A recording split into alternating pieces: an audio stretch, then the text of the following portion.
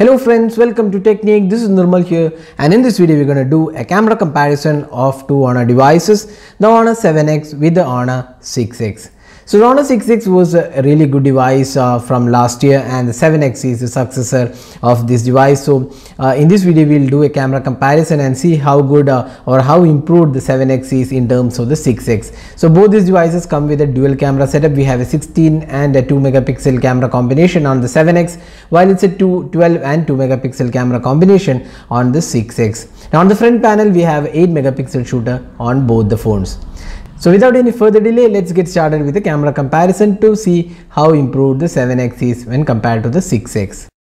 So first step, let's have a look at the video recording taken with these two devices. So here you could see that neither of these devices have optical image stabilization or electronic image stabilization, and as a result the video is a bit shaky on both the devices. You could see that the Honor 7X has slightly better sharpness levels when compared to the 6X, but the 6X video looks a bit more saturated in nature, a bit more vivid colors, but overall we feel the 7X does a slightly better job overall in terms of the video recording, because the sharpness levels are slightly better. Neither of them supports 4K recording in this price segment.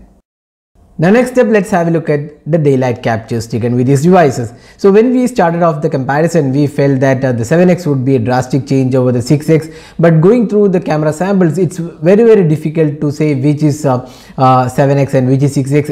It's almost similar experience on both the phones. And you can see the color quality, sharpness levels and overall clarity looks almost similar on both the phones. Even though the 7X has a 16 megapixel shooter, you could see that the 7X looks a bit more brighter in nature, and the exposure levels are slightly better than the 6X. But overall we can't really find out any major difference between the performance of these two cameras. So these are the close-up images taken between these two devices. Here again you could see that there isn't anything much to differentiate between the performance of these two cameras, so almost similar experience.